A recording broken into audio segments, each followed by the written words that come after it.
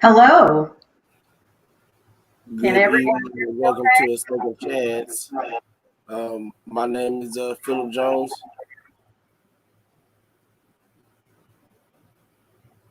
And I'm Tafaro Cook, two-time kidney transplant recipient and founder of Kidney Care Coaches, where we coach people with stage 3 to stage 5 kidney disease. If you or you know someone who has kidney disease and needs to be coached for better outcomes, please reach out to us at kidneycarecoaches.com. Hey, great Sunday, everybody. I'm Bella Langston, and I am a 17-year kidney transplant recipient. And I also host my own podcast, which is called Bella's Hope for Healing. And I just want to first say thank you guys to Faro and Phil for having me on your show as a co-host. I love your show. And of course, you know, I'm very supportive of it. And happy African American Month to everybody. See, I'm repping in my colors, you know. I know that's right. I know that's Yeah, right. yeah. In fact, I just had a really great guest on my show, an icon. But I am just really happy to be here. As much as we may share our story, it never gets old, you know, and that's a good thing. I used to feel like, oh gosh, I'm going to tell my story again. But one thing that I learned is it continues to help keep me humble and grateful, of course. So I want to share a little bit with your audience about my journey with kidney disease and how it began. I am originally from Chicago, Illinois. I now reside in Tampa, Florida. I moved here in 2015 after I retired as a Chicago police officer from the Chicago Police Department in 2014 after almost 22 years of service. Woo! Thank you, Lord, for seeing me through that. However, I'm the mom of 2 adult children, very wonderful, successful children, Brian and Ashley. My son is the CFO of his organization, Chief Financial Officer, and my daughter is in her last 4 months of law school. So we're about to have an attorney in the family, which is really a blessing. I was a single mom for majority of their latter part of their life. And I'm just really humbled by the fact that God gave me the strength, despite my shortcomings with my illness, to raise 2 great successful kids, and with the help of family backing me up. So my journey actually began right after I was off my probationary status. My children, by the way, are almost 14 years apart. So when I got on the police department, my daughter was only 6 months old. So she was literally a little baby. And my son was about 13, a little over 13. I was in the absolute best shape of my life when I came on the police department. because that's how you're going to get after you go through that roughly almost 17 months in the training academy. And women, we tend to carry baby weight on us after we have a baby, and I had my share. And so by the time I got out of the academy, it was really an exciting time, an amazing time. I was eager to get started in my career, but also, again, I was a mom. I was a single mom, so it was really important to me to stay connected and in tune with, raising my kids. So I kind of had to give that whole situation to God. And I would say about a month off into my probationary status, a month out of my probationary status. You are a probie for a year. I was out of town celebrating my birthday and with friends in Wisconsin Dells, and all of a sudden I just got really, really sick. Some of the things I was experiencing was like frequent urination, but with very little output. I was extremely, extremely fatigued. And I associated it with the fact that I was slapped on midnights when I got on the job. My body didn't know anything about midnights. I was a banker hour girl, totally 9 to 5, before I came on the job. And so that really threw my chemistry off. And so in my finite mind, I was thinking, okay, when I get off work at 7 in the morning, I'll go work out, because I work out every day anyway. But that was really a mistake for me. I should have been going home getting some sleep, because all that did was pump me up, pump up the volume even more with my energy. You know how you get that second wind, as we call it. So I would get home. Of course, my little girl was up. My grandparents were keeping her while I was at work, and she want to play, and I play with her. And I found myself not actually getting in bed to rest until about 6 o'clock. At 5 or 6 o'clock in the evening, had to be right back up by 10 to be at roll call by 11. And so I associated it with that, just not resting enough. However, by the time we got to Wisconsin Dells, everything that I was experiencing had not only amplified, but also some additional things. I had the worst headache I've ever had in my life. I wasn't a person that got a lot of headaches. I was rather nauseous, a little lethargic. So these were things I didn't really understand. I could have understood the fatigue and even the headache, because I wasn't really eating properly. I was kind of skipping meals. So they were like, just chill, we're going to make dinner. We had this beautiful resort, and they said, go on and lay down. We'll start our day tomorrow, because it was going to be for the weekend. But by the next morning, I was up and down all night, going to the bathroom, up and down, up and down. Everybody else is knocked out. And by the next morning, I had to wake them up and say, you guys, I'm sick. I don't know what it is. I'm throwing up now. I want to get out of here. I can't stay here. I'm going to have to go. I need you to take me back. And they were like, oh my God, okay, well, let us grab everything, check this out. We'll take you to the hospital. I'm like, no, take me back to Chicago. And so that was about a 3-hour drive. Okay. We stopped for gas. About a half hour later, they're concerned, I go in the restroom, come out, get back in the car. As we're driving, probably it might have been some of these things I found out after the fact, because I wasn't clocking all this at that time. Somebody said, where's your purse?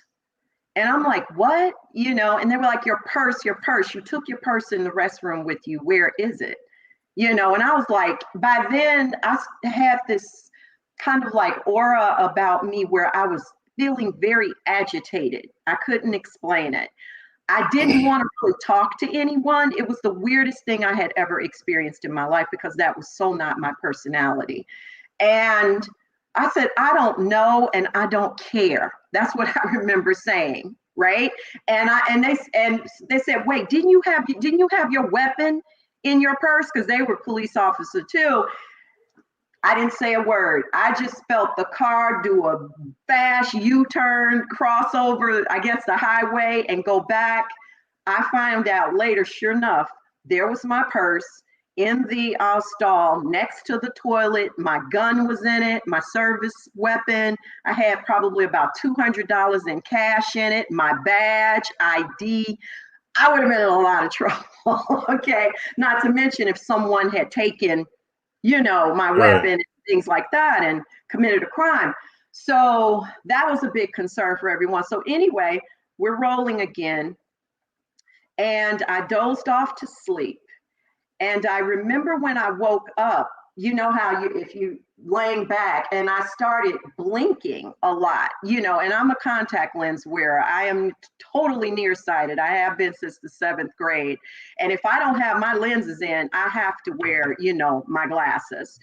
And so I kept blinking because my vision wasn't clear. And when I wear my contacts, I'm 20/20 all day long. So I'm blinking and I go, where's my glasses? Give me my glasses. Because I'm thinking I must have had them on and they fell on the floor or something. And they were like, you didn't wear your glasses. You didn't have your glasses on. I remember you you had contacts on.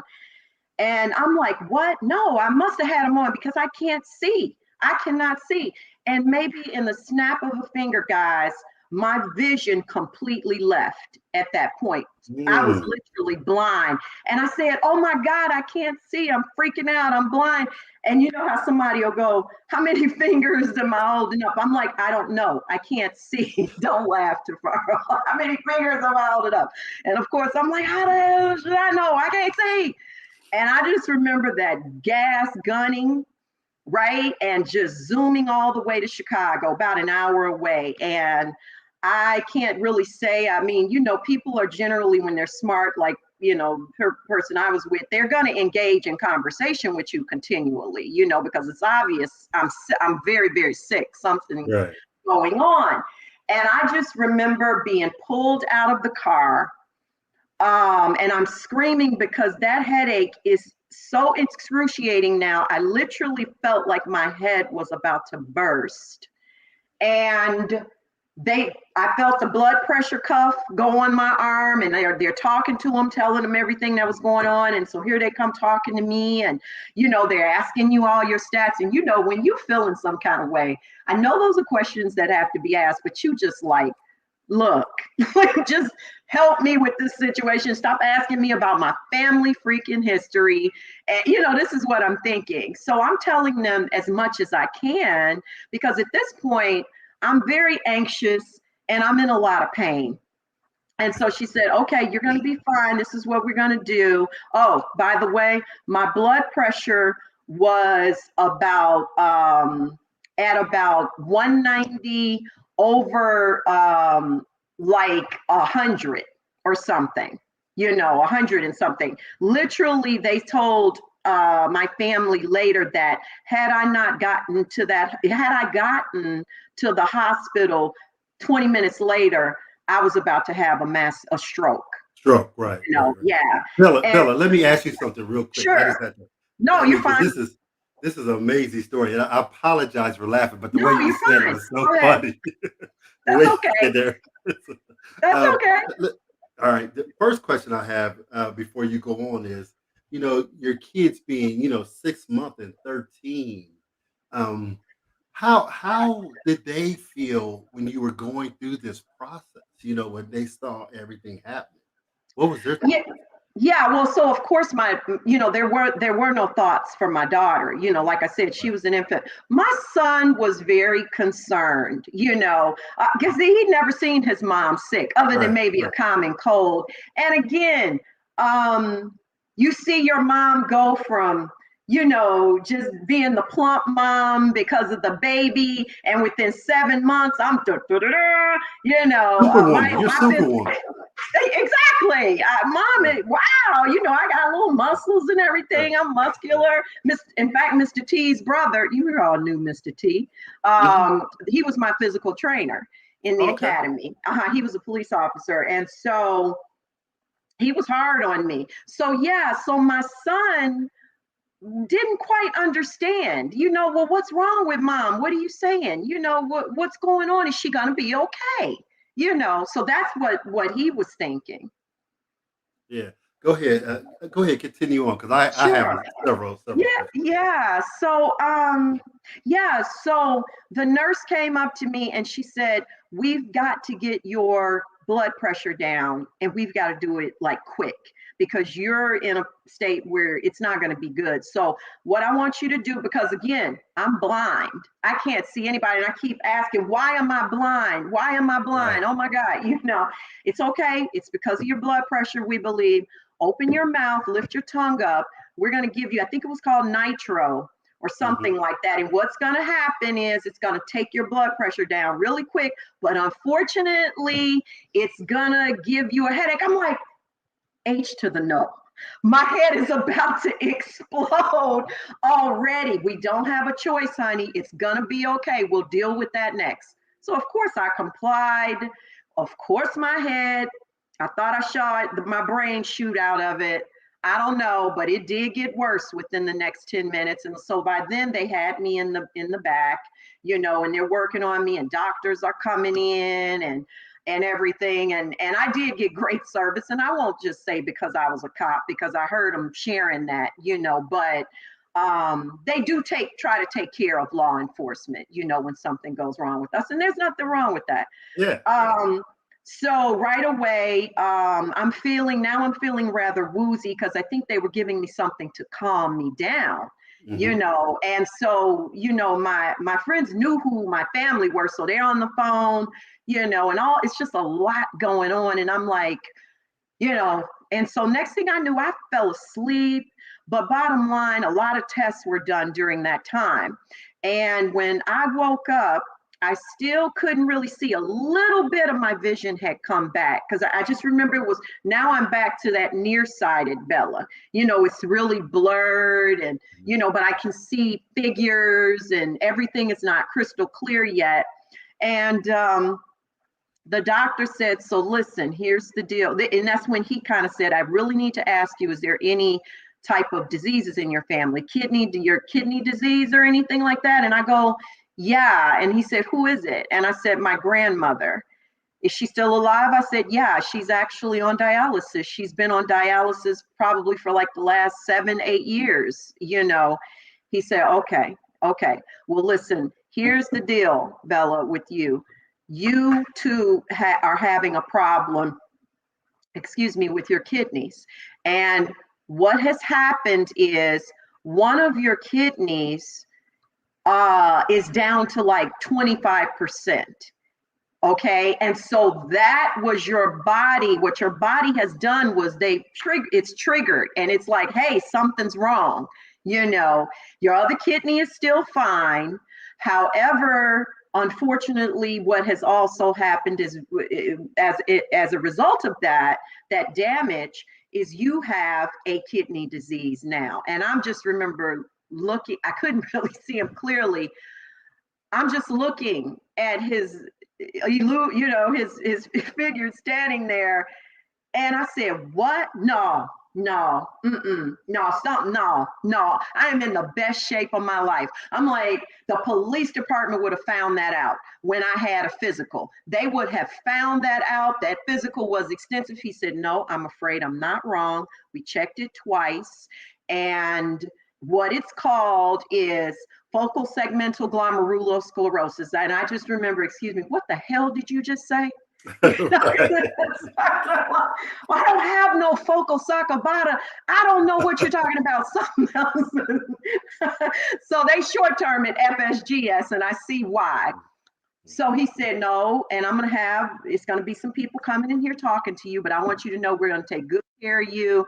So of course I'm bawling and crying. And by then my mom, was coming in.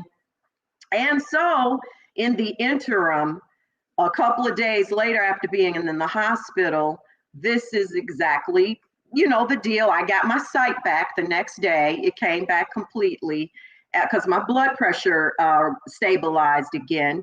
And so now I just remember crying a lot. And my mom and, family was trying to be encouraged. It's going to be okay.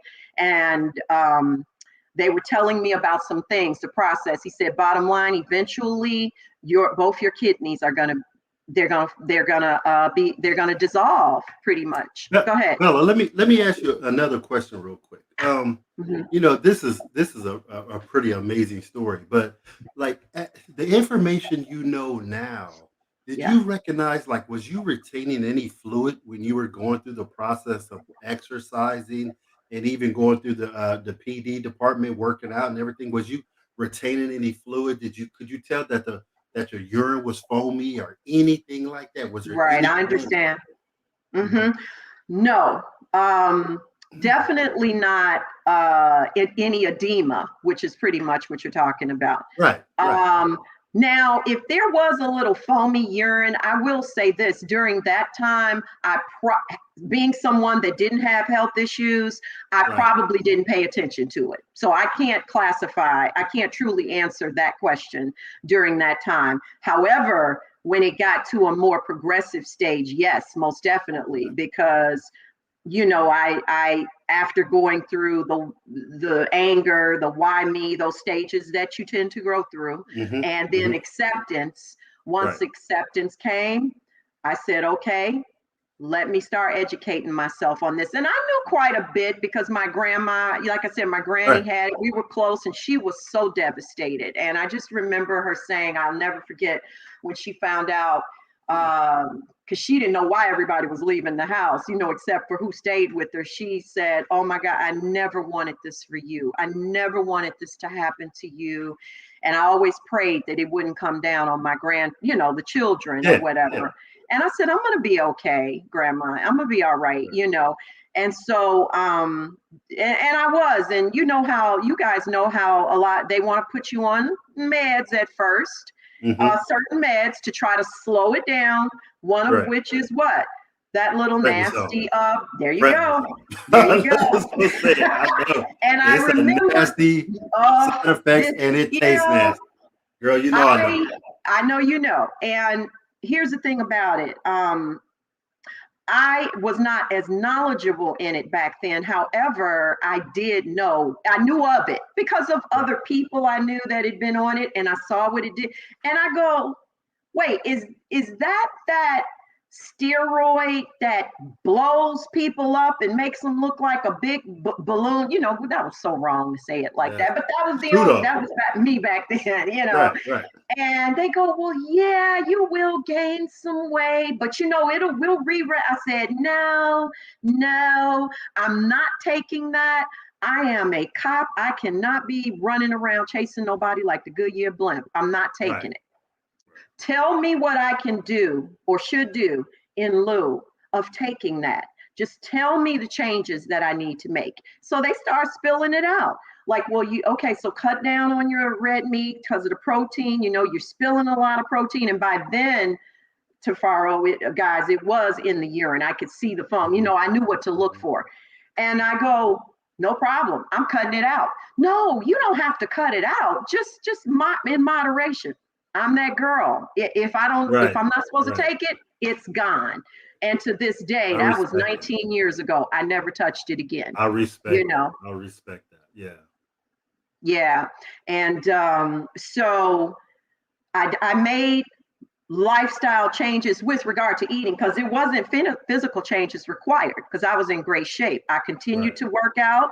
I continued to be a Chicago police officer in full capacity. I didn't share it with a whole lot of people. For one, I didn't want any sympathy, and I didn't want to be questioned about is it by our medical section, is this going to be, I'm that person, let's deal with it when it needs to be dealt with, and that wasn't the time. If it wasn't impeding my job in any way, and my doctor said, well, you could see, just be careful, of course. And when I did made those changes and just went on with my life, guys, because as I was sharing on my show earlier, I know that, and knew then, because that's just my personality, everything is about state of mind. And I made up in my mind that it wasn't going to beat me. I wasn't going to give into it. I wasn't going to allow it to change who I was. And I will deal with these things as we get, as it progresses along. And so it progressed about 8 years later to the point where everything that was going on with the symptoms, because those had went away for almost 8 years. Wow, that's awesome. Yeah. Then they started slowly coming back. The more frequent urination again, the headaches, the nausea. Okay, so they were having me get labs more frequently again. Let me ask you a question. Sure.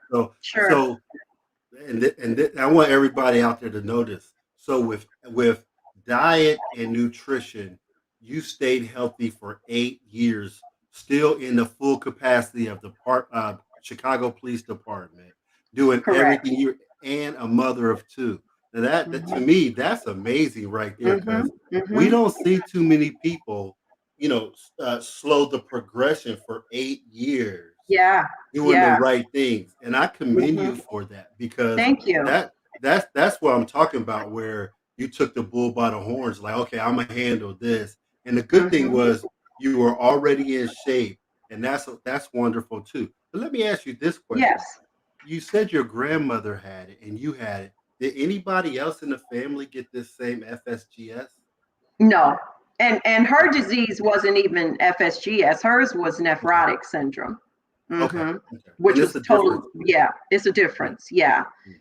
But they still feel, obviously, which is definitely a probability, more than likely than not, that it was genetic. She still had kidney disease, and I came down with it. So, it skipped her own child, who's my mom, and hello, here you go, Bella. Take this, you know what I mean? So, same way with me. Okay. Same way. But, I get it. It's like we're the chosen few, if you will. You know what I mean? We are. But I don't know where you want me to pick up from. I don't want to jump ahead, or. Well, I want to go ahead and start back to where you said 8 years it started progressing. So okay, that's fine. Yeah. So once my creatinine started rising, right? I'm feeling crappier now. My doctor said, okay, it's time. And they did the test, and sure enough, my renal function had changed, so it was getting worse. Yeah. He said, okay, it's time. I don't have a problem with you continuing to work. However, not as a full duty police officer. So I'm going to do all the necessary paperwork, because I want you to be in a limited duty status. And he didn't say it because he didn't know that's how we classified it. He said, I want you on a desk job.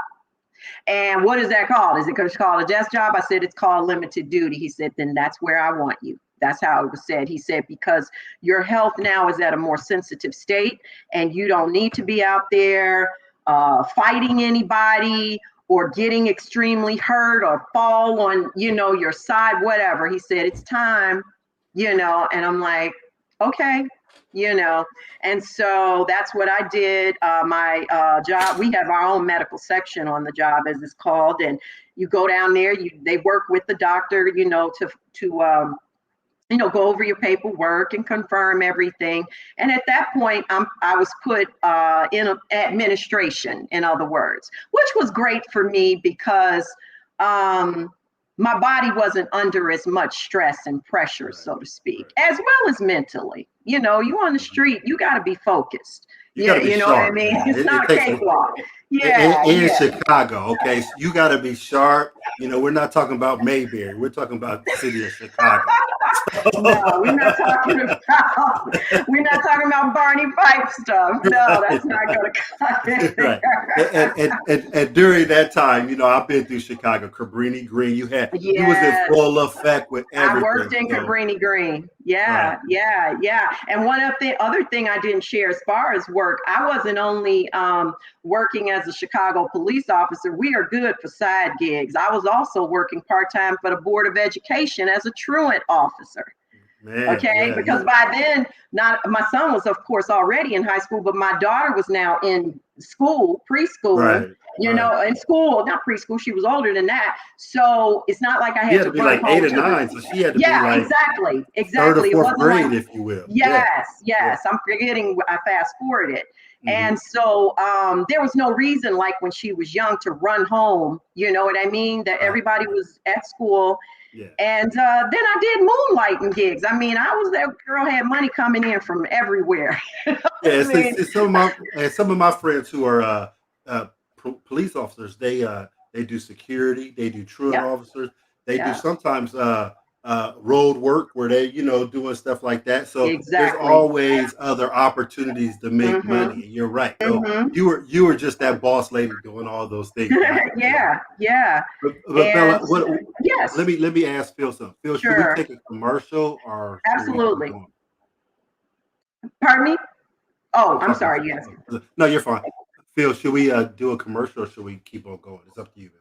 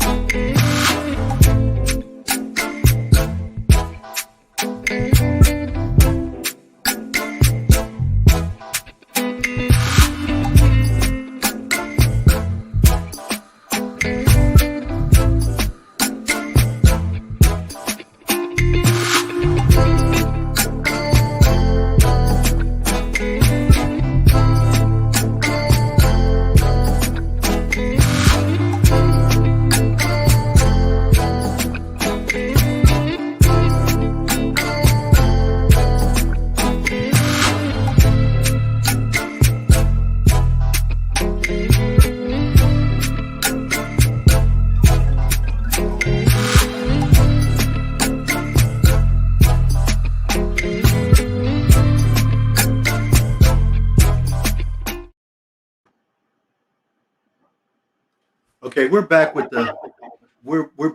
Bella telling us her story, and that was a small little commercial. So Bella, we left off right now where you told me that you just started taking a desk job because of less stress and everything. So continue with your phenomenal story, if you will. Yeah. So I would say that by 2000, keep in mind, I was diagnosed in early 1994. And by 2004, early 2004, was when, or actually toward the end of 2003, I went into administration and took the desk job. So that was a really busy time in my personal life in relation to, like monumental things coming up. Like, my son, had just recently, maybe was it a year or two before, graduated from college. My daughter was getting older now, and in her, coming into her own toward high school. And what else? That's not correct. That's incorrect. She was still younger than that because she was not able to be a donor because she was under 18. So, Okay. When you're under 18, you can't be a donor. Mhm. But yeah, my son was getting ready to get married, is what the monumental moment was. Right. And for probably the entire early part of 2004, it was time. I was on. They put me on the donor list with UNOS. Mhm. Yeah. And I knew then, and back then, even in Illinois, it was 5, almost 6 years. Yeah. Waiting list. But I did, praise God, have some potential donors that stepped up, at least 4. Wow. One of which, at least 4, one of which was my son, of course. And so the process with that. They got to go do all the testing and everything that they do. And then they start ruling out the process of elimination, if there is a process of elimination, which unfortunately there was. At that time, the hospital that I was with, I should say, was the University of Chicago, which is also a monumental hospital for transplantation. Right. And unfortunately, my son was ruled. I was really hoping it was going to be my son because he was my son. You know what I mean? Right. But he got ruled out because we didn't have as close of an antigen match, I believe was it the deal. That always freaked everybody out because they're like, that's crazy, but that's your child. I'm like, guys, you gotta, this goes deeper than just. It does. DNA. It goes better. Yeah. Right. Right. This goes deeper than that. I understand that. I know what they meant, And, of course he was like, I'm sorry. And I'm like, no, there's nothing for you to be sorry about, son. It's not meant to be. And I kind of felt relieved too, because he, was just getting into his career and about to get married, you know what I mean? And so I didn't want him to have that downtime of recovery and just getting started in his career after getting his newer career after getting his master's degree. Right. And so, so then the others were ruled out, but the one that was most difficult, before I get into how I came about getting the kidney, was a cousin-in-law, a wife of a cousin of mine, who insisted on wanting to be a donor. She wanted to donate. And we were really good friends. You know what I mean? She's a beautiful person. And she had a good heart, to really want to do that. Right. So she insisted on wanting to do that. I said, are you sure? Are you sure? She goes, absolutely. And she was actually an employee at the hospital. So I go, okay. So, everybody's really happy about that. And I should also say at that time, the Discovery Health Channel was following my story. I had been on the news, and, I had a friend that's an anchor a retired anchor now back in Chicago. And he came out to my house and interviewed, we were on his show, me, him, and my son. And the newspaper, how everybody found out at work, finally. Now, again, I got diagnosed all those years back. Most people didn't know it that I worked with, because the only people that knew it was my commanders. And, he was amazing. And, I said, Lou, that's what we call LT. I didn't share this with everybody. He said, it's already done. Say no more, so that meant it's not going anywhere past me. Right. So because I did not, I'm sorry, So when it came out in the newspaper, it was a health writer there that wanted to do a big article in the Sunday Sun Times on unique stories of transplantation. And this is the same way that I came about getting, or I should say, the Discovery Health Channel got with me. They went to my doctor, my nephrologist, who was also the chief of nephrology there, and they asked her, do you have any stories that are like really interesting? Like, the person, they were explaining to her what they were kind of looking for. Audrey Bella Langston, and they were like, who is she? She's a Chicago cop, a single mom, 2 kids, got stricken, da-da-da. They said, oh, she's perfect. Can we have her number? And so that's how that started. And they would follow me filming to my doctor's appointments, just like we see on the Discovery Health Channel. And then that article was done in the newspaper. Jim Ritter, that was his name. And he came to my home, took photos, and just all kind of things that they do. And that's how the people, my fellow officers, found out I was sick. Now, by then, also, let me say, I was on the medical leave because every morning, I'm sorry, I skipped that, I was waking up nauseous and vomiting. So my doctor said, no, that's it. I want you on complete medical leave now. But I had started dialysis. Big one. Okay. I started dialysis. When did you start dialysis, and what kind of dialysis was it? Yeah, sure. I'm sorry. I always forget that. And I think I forget that sometimes because I only did dialysis for 6 months. Okay. So in comparison to how long many people are on dialysis, I have to apologize for that because it is a big deal. But I think in my finite mind, things were happening so fast. Right. And I was on dialysis 6 months before my transplant. So this would have been in like maybe April of 2004. My nephrologist said, Audrey, I want you to go enjoy your son's wedding. Because I know this is a really big thing for the family and I know how excited you are. But sweetie, your numbers are getting off the chart. And here's the thing. I do not want you to wake up one day and be so sick you can't get out of bed. Right. And she said, she started saying, when this kidney comes, I don't want you so sick that you can't receive it. Yes. So we need to get you started on some dialysis. And I said, okay. And that's exactly what I did. I went and his wedding was going to be 2 months later or something like that. And I got started on my dialysis and I was in the process of doing hemo. They did, the vascular doctor did the procedure for a fistula. Mm-hmm.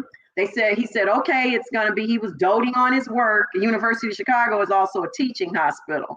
Right. So, students will come in with your doctor if you say it's okay. And they look in, you like a piece of meat or something, but I understand it. I didn't mind. And, and he said, it's going to be about 6 weeks for it to mature before, we can get started with that. So I said, okay, fine. 6 weeks came. My dialysis nurse, who I love, she was a sweetheart. She said, okay, you ready? And that is when reality hit me again. Fast forwarding back to the day I was told getting to the hospital and being diagnosed. And fast forwarding to dialysis was a reality I sat down in that dialysis chair for the first time. That's when all my emotions came back. Right. It was like, oh my God, here I go, And it's almost like the present hit you when you for the first time. It does. You're like, wow, what happened? It's, right. like the 8 years you went through, surviving it, like it just like happened so fast, and like you're here. Correct. And it's almost like the thing you didn't want, but now you're here with it. But sometimes, and you correct me if I'm wrong, sometimes it seems like we make it bigger than what it is. Not to be wrong. Of course we do. But to me, that's kind of understandable because when you haven't dealt with something to that magnitude before, who wouldn't amplify that a lot? I mean, I would love to see a person who wasn't like, all right, handle your business, what we need to do. I don't know. I'd be like, I need some of that juice you drinking. Right. I was not feeling like that. Like I said, and when I sat down in that chair, that was when everything came back on me. That was when I was starting to feel not as optimistic even about getting through that. Now, this is me. And I was like, oh my God, for a minute, I was thinking about, oh God, I might die. What my poor children, what are they gonna do? This is all the stuff I was thinking. And so when she went, she's gonna, put the cannulator in, which was a 15 gauge. And I had someone in my family sitting next to me, and they're rubbing. It's okay, because tears started rolling out of my eyes. Instead of her going inside the vein, she infiltrated and went through it. For the first time, the very first time. Did you hear what I said? And I just remember, Tafaro, with my good arm, I went like this because it was so excruciating. I didn't even know what I was doing at that point. All I felt was pain. Yes. Terrible pain. And I went to hit her. Yes. Like, get off of me. Yes. You're hurting me. Yes. And she said, oh my God, I'm so sorry. And, okay, we're not going to do this today. No, you cock-a-doodle skippy. We ain't doing it today. I said, in fact, we ain't doing it at all. We aren't doing it at all. I said, and you are so lucky. I remember I told her, I felt bad. You're so lucky I like you, because I was literally about to cold cock you. So she said, I'm so sorry. And I don't know what happened. And I don't know. But one of the other nurses said, have you ever told her about PD? Because I just think that would be so much more suitable for her lifestyle. Now, she wasn't my nurse, but they were colleagues. And I'm like, PD, what's that? What's that? Right. They went into the whole thing of explaining it to me. And all I'm thinking is, why the monkey wasn't this introduced to me at first to give me an option? Well, of course, as I got more educated in this stuff, I knew why. And I'm not saying it's her fault per se, but it's more money in hemo. Literally. It's more money in that, Yes, we do know that. Right. Yeah. And so I started that process. I said, this is what I want to do, because I'm never letting you put that thing back in my arm. So let me get this correct. Yeah. So the nurse infiltrates your arm. And let me tell you, everybody, I've been infiltrated about 5 or 6 times, with the period of time of dialysis I've been on. And it's excruciating, like she said. And not only that, but when they got to go fix it, it can be super painful too, because they have to fix it. But the question I have for you is, you're at the process about to be doing dialysis, and they stop it right there. And then, correct me if I'm wrong, then you started the process of doing PD? Yep. So how long, let me ask you this though, how long from that day of about to do hemo did you start, and how long was it until you did your first PD exchange? Sure.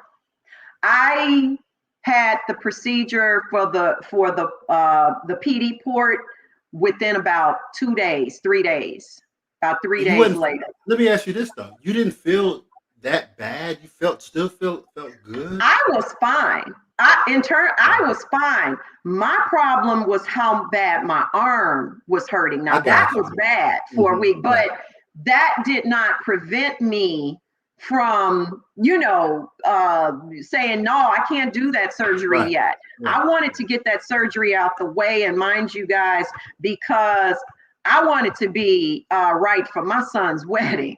I did not want to miss that. And I didn't want to. Correct. That was my motivation. And so Yeah, and with that, with PD, you don't have to wait weeks and weeks, Right, or right. They for can start immediately. maturity or anything. Right. So Did that ended up. they go back and fix this, or they just left it You know alone? what? No, I don't remember another. There was some antiseptics and some things like that done. My arm was just really black, and Oh I yeah, remember it yeah, scared my daughter. She yeah, said she yeah. was crying. She said, "Oh my God, Mom!" My kids were like, they just said, "Oh my God," because it was really Yeah. dark. The blood. It was the blood, Right, right. and I said, "It's gonna be okay. It hurts, but it's gonna be okay." And so I started on PD. Well, and I don't know about other places, but back in Illinois, they had to come out to my home. They want to see where you live, Yep, that's how they do it. how Hmm. clean your place Hmm. is, Hmm. your space for all those Yep, supplies that yep. Baxter is going to bring every week. And I was living in a home, like a 4-bedroom home, 3 levels. So I had more than enough room. And Right. I'm a very neat person anyway. So Hmm. they're like, okay, girl, yeah, you good to go. We bringing this stuff out here.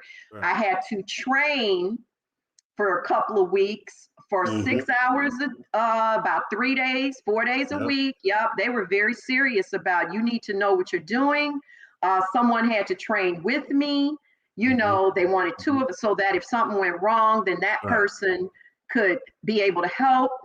And that's what I did that's what I did for the next six Were you months. right? Were you trained on manual or the cycler? I was trained on the cycler. Okay, On so the, and, apparently and Yes, I'm sorry. And if I'm not mistaken, because mind you, this has been a long time for me. That was, yeah, because manual means manual exchanges, Mhm, correct? mhm, Oh, yeah, I mhm. was on the night cycler. Okay. I would have to be in bed. And by the way, I was back at work by then. I wanted to go back to work. So, and I was still in limited duty, though, in administration, working for Mhm, my lieutenant commander. mhm. And I would have to be on the machine every night by 8 o'clock. And I Right. remember he said, I know you're doing this dialysis thing, so tell me what time you want to work. And he said, whatever you want, whatever you need. And I said, well, I'm an early girl, LT, so I could be here at 6. He said, then be here at 6. And every day I want you out of here by 11:30, no later than 12 o'clock. So he was amazing. You had Um, some great people around you. I just want to yeah, say, I did. That was from God, every though. That right, was right, God, and guys. your I'm telling support. you. Right, your Yeah. support was phenomenal because a Hmm. lot of times I hear these stories and there's people who don't have the support. I can Right. honestly say I had great support, but you had support from not only family but your work and family also, Yeah. and that was Yeah. that. People don't understand how special that is to have people around you that support your ways because he let you do that. The other people were on your team and everything. But carry on, keep on, man. This is a Yeah, no problem. fascinating story. Yeah. So, and I'm not saying that would have come from everybody on the Right, job, right, but right. God put him in my life for a reason. Exactly. I used to work for his best friend who was his old partner. He was a commander too. And when he retired, he said, take care of my girl. I'm sending her over to you, Right, right. and so he said, yeah, send her over here. So yeah, that was definitely God blessing me. And so he said, because I know you got to go home and take care of your daughter and make dinner. And so by 8 o'clock, I had to be on that machine. Everything shut down. And once you're on it, you're on it. That's And it. my doctor would say, don't come off that machine unless it's an emergency. If you just have to, because it's too much risk for contamination, you do That's it. not want to get peritonitis.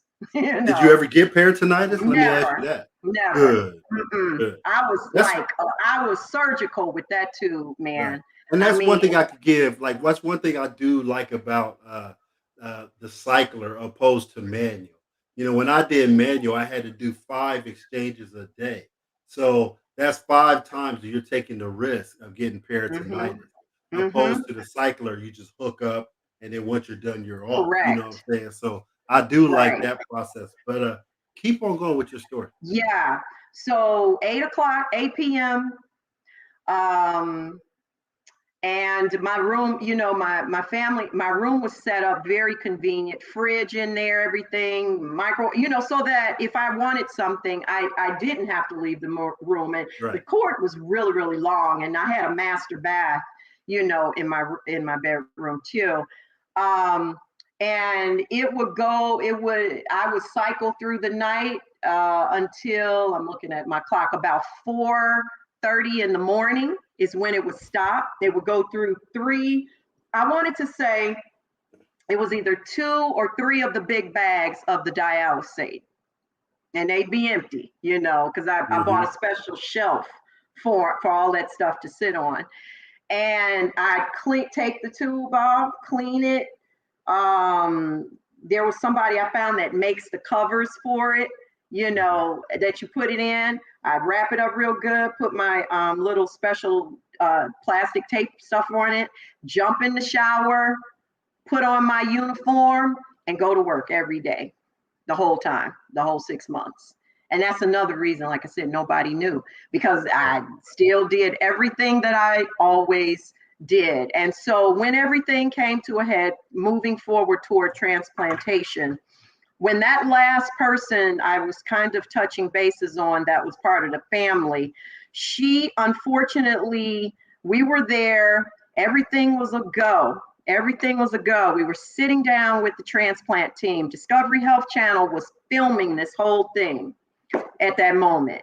We're happy and excited, and she worked in the building, so I'm waiting for her to come downstairs, and she was past her schedule for when she was supposed to come down. So I'm like, okay, that's weird. And my aunt was there with me. She said, well, she's here today, right? I go, oh yeah, talk to her, a couple of times.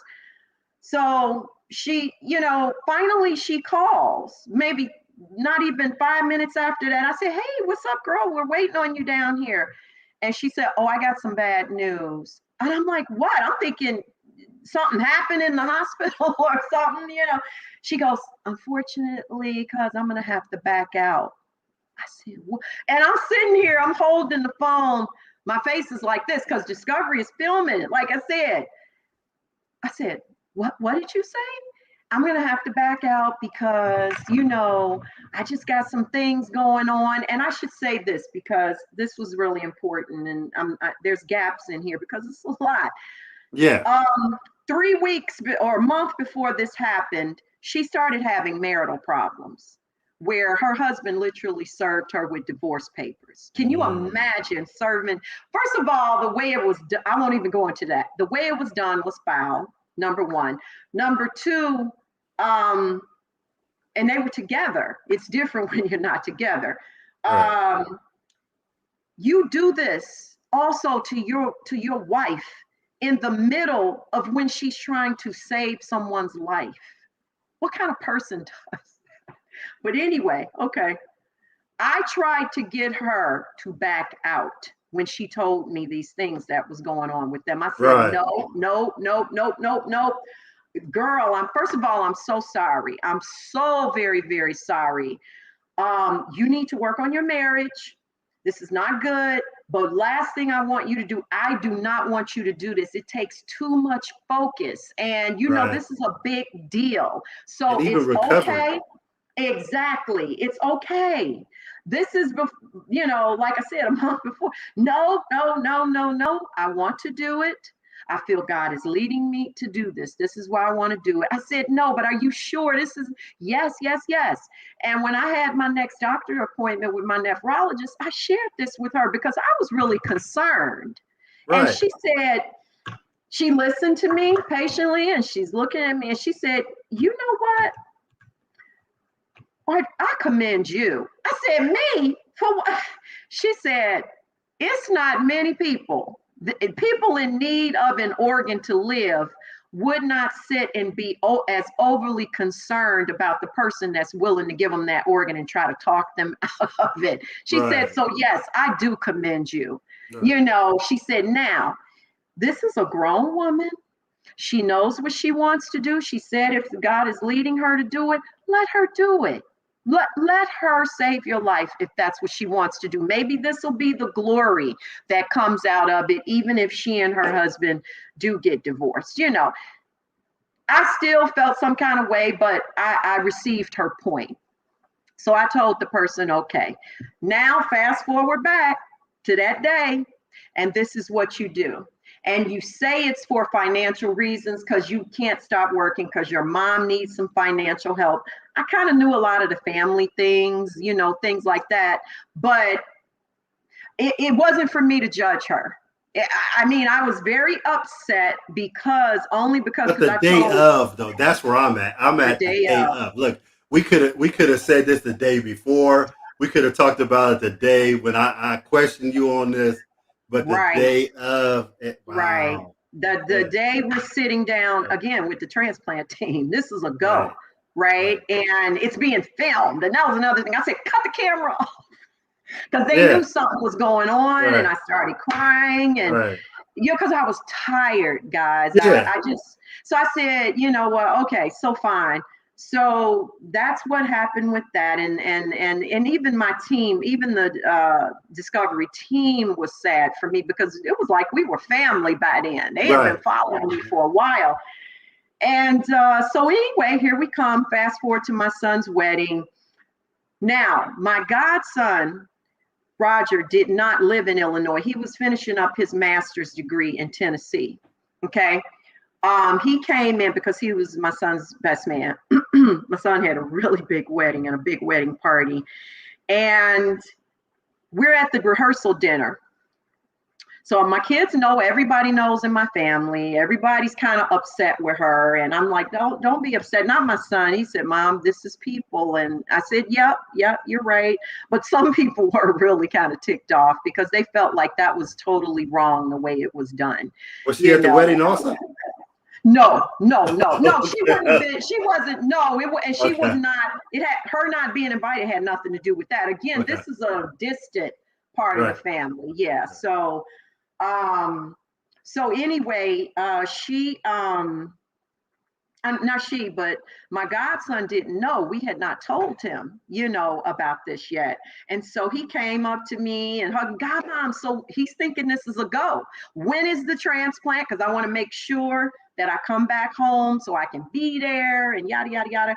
And I said, oh, we'll talk about it later. We'll talk about it later. Okay. So he was like, oh, why can't you just tell me when it is? So I go, nah, we'll talk about it later. I'm just kind of trying to blow it off with smiling.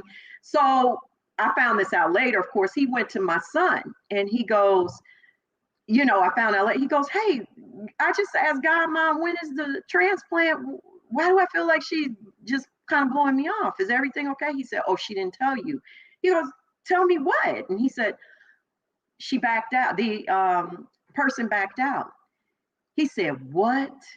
The day of the shoot, he said, yep. He said, oh man, whatever. So I knew he knew when he came back over to me and I was talking to somebody and he came up behind me and put his arms around me. And I knew that's why he was coming back up to me. Right. That Right. he had been Right. told. And he said, God, Mom, I'm so sorry. I'm so sorry. Tears. I said, it's okay. It's okay. I'm gonna be okay. And he said, I'm going to get tested while I'm home before I go back. I said, oh, no, you're not. Nope, I'm going to go on dialysis. It's going to be all right. He said, I'm going to get tested. And he's like that. He went and got tested. And he was a great match, like about 7 antigen match, excellent Mm. match. And you know how everybody gets their own nephrologist. Well, the same nephrologist he got, 2 of my other people got, because they don't to send them to yours, Right. conflict of interest, so to speak. That same doctor, after he goes through all this testing, rules him out. Now, this kid was 25, never smoked, didn't drink, vegetarian. He ruled him out because his calcium level was a fraction of a point over the acceptable. And I went to my doctor and I went off. I said, I need to see him.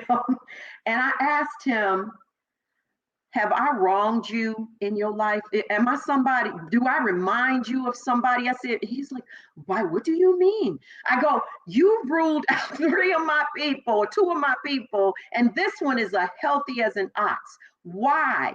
I don't understand. And, he's not even that far out of a calcium range. Did you ever stop to think that maybe his calcium runs a little higher because they engage in dairy a little more? You compensate when you don't eat certain things. Right. So he's just got this dumbfounded look on his face because I think he's like, let me just not say too much. Well, I'm sorry, and it was my judgment or whatever.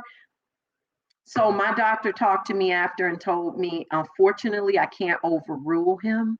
I wish I could. I don't agree with it, but so my son-in-law wanted to go to Northwestern Hospital. That's another great hospital for transplantation in Chicago. And I said, no, Raj, I'm tired. I just want to do this dialysis. And he said, it's going to be okay. His dad worked there. He said, you guys should come over here. Anyway, I talked to them on the phone. He talked me into it. I talked to them over the phone. They were like, really, really? Do you have any kind of other disorders, cancers? No. They're like, wow, okay. Can you get us your records, yours and his? And I said, yeah. And I'm thinking that's going to take a while. My nephrologist at university had one of her nurses stay overtime to get all that stuff faxed over there that evening. Yeah, that's called fast tracking, and that's a good way definitely, to do it. Yes. And 3 days later, they called back Northwestern and they said, okay, we got good news and bad news. Because in my mind, the first thing I'm thinking is we're going to have to go through all this plethora of testing again, both of us, right? Mm-hmm. And I said, we were like, good news and bad news. And they were like, what you want first? And we was like, well, the good news. Well, the good news is we've gone over all your records, your labs. You are both excellent candidates for this transplant. Audrey, you an excellent candidate as a recipient, and Roger, you are definitely an excellent candidate as a donor. And we're just screaming, we're like, oh my God, and we were like, well, wait, what's the bad news? Oh, the bad news is we can't get you in until next Friday for the transplant. And we were just like, bad news. Which was not even a whole week later. It was about 4 days, Yeah. It was just so amazing. And so we went in the hospital March 4th of 2005 for that transplant, which was a Friday. And I think we had to be there like 4 a.m. Roger went home the next day on the 5th. The transplant went really well, by the way. They came out, as I found out later, and told my family, they were like, oh God, are they okay? Is everything okay? How are they doing? They're great. Roger's great. He's in recovery. Audrey took the kidney. We connected, started working right away. We just had one problem. There is one issue. And, my people are like, what? She's urinating all over our OR. We gotta, they love jokes. And they were like, oh my God. But they were like, she's doing excellent. And so, like I said, we saw each other later that day. He was in more pain than me. I was already up walking the hall. Right. I was up already for my first walk. And on the 5th, he went home that Saturday, and I went home that Sunday, which was also that day, my 43rd birthday. Awesome. Now, remember when I said I got diagnosed and sick on the weekend of my birthday? That sure did. Fast forward all those years later, up to 2005. That was in 1994. I got diagnosed. 2005, on my birthday, I went home with what I call that Power Ranger kidney. Yes, and that's what I'm talking about right there. Yeah, that's a wonderful and let me story. Just tell you guys this, because I don't know if I ever said this, because he shared this with the news when he was interviewed. Because Art, that was my friend's name, the anchor, Art Norman, said, Roger, what I want to know is why you gave a woman that is not your mom or even a blood related family member a kidney, because not many people do this, especially your age. Why? Tell us why you did that. He said, well, first of all, because I love her. She's always been like a mom to me. Her son, we were best friends all right out of grammar school, all through high school. I was over there every weekend. She always made me what I asked for, chocolate cake and chili. That's what he would want. She would let us go and hang out in her car. She had this red Grand Prix. And I don't want to see my friend and his sister without their mom. And so if it means me giving up a kidney to save her life, that is nothing to me, because also he worked as a teenager part-time for the National Kidney Foundation of Illinois. So he knew all about organ donation as a young kid. Right. Amazing. That's amazing. And so here we are. Actually, I'll be at 17 years in a couple of weeks. March 4th, it'll be my 17th year. Roger is great. He is healthy. He actually stayed at our home for recovery for 6 weeks. He was in the process of he had graduated. He was getting ready to move to Atlanta. He was taking a career there. He teaches college English. He's a broker, has his own broker business. He owns an Airbnb. God has been blessing him in abundance. Man, that's really beautiful. Yeah, that's great to yeah. hear. Bella, I just want to say something, man. Yes. Amazing story. You know, your story goes up and down, and down, you know, and that's kind of like life. You know, you get your highs and your lows. And Right. one thing I want to say is I commend you the most for, you know, the day of transplant. You know, that for that to, you know, back out and all that kind of stuff. Yeah. And you still keeping your cool and being who you are. And I Mhm. learned a lot about you just on this story right now, and I Oh, commend thank you. you. And I could definitely see why, you know, you're moving the needle in the right direction for other transplant recipients and people for Absolutely. donors. Mhm. And we I feel our community thrives with people like you, not Oh, just telling thank your you. story, but just who you are and your Mhm. energy. I could tell people will gravitate towards you and want to support you because they know you got their back too. And that's a beautiful thing. And they know that you were going to be exceptional with a transplant and help others like we paying it Right. forward. And that's why people don't mind helping you because your affectionate energy. And thank you Yeah. so much for sharing your story a second day. Absolutely. And I Yeah. also want to thank you to Faro and Phil. And I'm feeling kind of bad that my buddy is not feeling at his best over there. But that's gonna get better too, and God is gonna Yeah, get it him is. that organ It that is. he Yeah. needs. I already know that. I've Yeah. been praying about that. And Yeah. this is what, I know this was my calling. You know what I Mhm. mean? I know that is why God, little did I know all those years back that I always say, he brought Roger into my life to save it, even though he came through my son as his best friend. And that's how amazing God is. He sets up everything. We can't see it, but Right. he knows. That's it. Okay, he knows what's going to go down, and he's going to go back. And to be honest with you, I wasn't actually a Christian back then. I believed in God, but I wasn't living the kind of life that I live now. Yeah. You know what I mean? And even then, he loved me enough to save But my life. he knew the outcome. And that's Yes, called faith. When we have true faith, exactly. we just walk the walk and we know That's it's gonna right. be okay. And I Right. respect Exactly. Exactly. And so I'm just I just tell everybody we have to remain optimistic yeah. when we're waiting on that organ. Our mind is Mhm. powerful. We have to really believe Yeah. that we're going to receive it. um, and stay positive as much as possible. I know through the pain, through the sickness on those days when some days are good and some days are really bad. I went through it too, but we got to stay positive and keep confessing that I am going to get, this kidney or whatever other organ Right. someone, may need.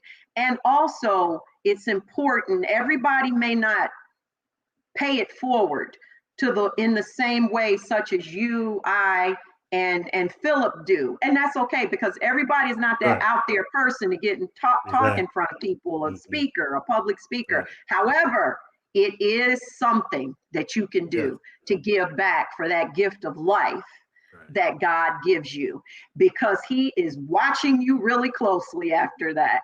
I know he is. I'm willing to bet he is. And he's waiting to see, okay, I blessed you. I gave you a second chance at life.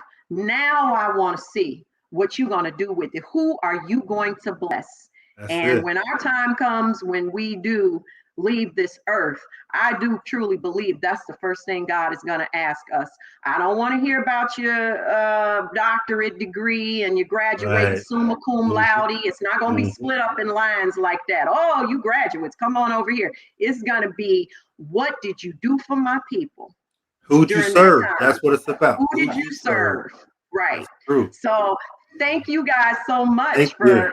letting me share my story. I know it was long. Forgive me. That's okay. We like if we went over your time, if I went over your time, and I am just so happy that we are out here serving this purpose together. You know, we're working together, we're lifting each other up, we're supporting each other's shows, because we need that too, because it's not always easy. I know it's not for me. You know, I take pride in I what agree I with do. you. Yeah, it's not easy. I hope people don't think that this is easy what we do, because it's really not. It's really not. You know, we're not just, and you know, we're not getting paid. I always say, at least I know I'm not. And I most people that tell me that they aren't, and that's okay, because who can ever pay us for this wonderful gift? There is no price tag. My godson had to stop saying, God, Mom, stop thanking me. Stop thanking me. Stop thanking me. I'm My like, daughter told me I can't thank her no more. My daughter told me, she said, you can't thank right, me. stop it. Stop thanking me. So thank you guys so much for having me appreciate as a guest on, a co-host guest on the show. I Thank you appreciate so that. much. We appreciate Brother your Philip, story. feel better, my dear. You get some rest. I know you're like, Phil is a go-to guy to the Oh, man. 125th power. You're amazing. Feels nonstop. Feels that You're a Energizer soldier. buddy, for real. Yeah, he's a true soldier. You okay? I'm very tired. I have a headache, but Yeah. you know, that's not gonna stop me from making sure that this goes the way it needs to. So definitely appreciative of both of you for being on today, Mr. Cook for being on every week, and the work that he puts in as well on his end. Um, you know, definitely appreciate the love and support from YouTube, from everybody else that views the show as well. So thank you very much. Um, to end the show, I'm gonna go ahead and bring this up real quick. Hopefully it comes out right. I don't know, it came out the background. But it was a flyer. So as you know, March 1st is the 1-year anniversary of the Second Chance. So that week we trying to plan something, a great week. On the show. Um, I'm in the process of planning something for that Monday. It's not in March; it'll be the last week of February. But I still want to make it as effective as possible in that week. So I in the process of planning something there. Um, March 2nd, we'll be having our all women's panel that I'm gonna try. I definitely want to try to make this something consistent for every anniversary that we have. That's nice. And for that panel, we'll have Erica Nikolic, who is the director of Let There Be Life documentary, as well as the First Lady of Kidney Care Coaches, Mr. Cook's wife, Camille Cook, will be on as well, joining us. We'll also have Neshonda Larimore, who is the founder of Save 1,000 Lives. 1,000 lives, yeah. And we'll also have Sharon Rouse, who is the founder and CEO of Kindness for Kidneys Incorporated. So Power Pack Day of women come through that afternoon. And we'll talk to them. The next day, March 3rd, we'll have Alex Rosa will come through and give a presentation that day, and I'm trying to figure something out for that Friday. I don't know. We might just end with a let's talk and call it a day, and go on about the business and Right. do what we do. But that for sure those 4 days are going to be awesome and dynamic. So if you can, definitely join us.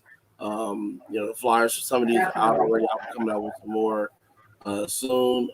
Next Sunday coming up, we'll have our good friends Jonathan Trailer and Kyle Hockridge, Jonathan. kidney conversations coming through to tell Yeah.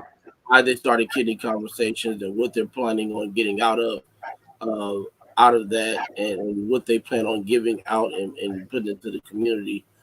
Two great, awesome advocates in the kidney community that's Mm-hmm. supportive of not just us, but a number of people in general who are also advocates of those. So, rest of the month is looking good as well. Very excited for the next couple of weeks and the weeks after that, and we're just gonna keep it going. Again, like I Mm-hmm. said, we starting 2022 off with a bang, and we're gonna keep it going all the way throughout the year. Just try to make things happen. So again, appreciate you all for your love and support, and we will see you all tomorrow morning on Let's Talk. Good night, All everyone. right. Good night. Peace.